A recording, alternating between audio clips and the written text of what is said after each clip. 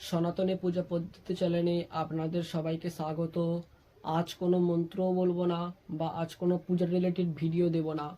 আজ শুধু একটা ছোট্ট রিকোয়েস্ট, একটা কথা জানাতে চাই যে আপনারা যারা অতি সহজে হার মেনে নেন তাদেরকে প্রথমে একটা বর্ণন শোনাই, বর্ণনটি শুনুন, তারপরে কিছু কথা বলছি।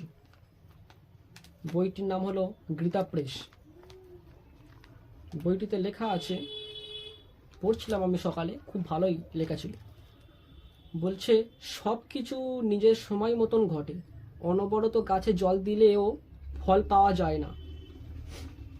ফল তখনই পাওয়া যায় যখন তার সঠিক ঋতু আসে। মানে বইটি বলতে চাচ্ছে যে তুমি কষ্ট করছো, ফল তুমি একদিন পাবেই। যে কষ্ট করছো, হাল ছেড়ে দিচ্ছ যে আমার দ্বারা ওই কাজটি হবে না, এটি বৃথা ভাবছো না, তুমি ভুল সুঝছো। কষ্ট করে যাও, কষ্ট করলে অবশ্যই একদিন তার ফল, সফলতা অবশ্যই পাবে। ফল তখনই গাছে ফল দেয় যখন তার সঠিক ঋতু আসে। তেমনই মানুষকে কষ্ট করতে হবে, সেটার সঠিক কষ্টের ফল একদিন না একদিন পাবেই।